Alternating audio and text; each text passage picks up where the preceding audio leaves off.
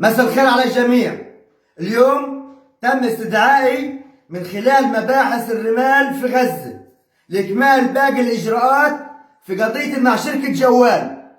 وبصراحة هناك شميت ريحة ما عجبتنيش. فأنا برسل رسالة إلى سيادة النائب العام ضياء الدين المدهون لتعجيل الإجراءات في قضية مع شركة جوال ومحاسبة الموظفين اللي خطفوني من الشارع إلى داخل شركة جوال واعتدوا علي، ومحاسبة شركة جوال. وأنا بحب أقول إن أنا مستمر في القضية مع شركة جوال وبقوة، ولن أمل ولن أكل.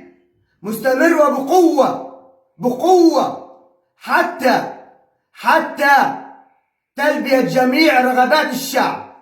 تحياتي للجميع.